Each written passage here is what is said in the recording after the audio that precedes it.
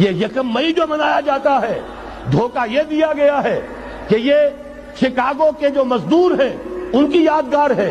حقیقت میں یہ یکم مئی اور 1776 آرڈر آف دی ایلیموناٹی کی تاسیس کی تاریخ ہے۔ آپ نے اگر $1 نوٹ کا اگر کبھی نقشہ دیکھا ہو، اس کے اوپر جو سگنیا بنا ہوا ہے، جو نشان ہے، وہ کیا ہے؟ پیرامڈ، احرام مصر۔ یہ کن کے لیے اہمیت رکھتے ہیں؟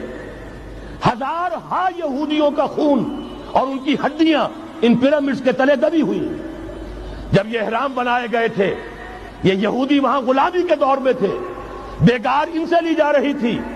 بڑے بڑے پتھر جب گرتے تھے تو پسنے والے یہودی ہوتے تھے۔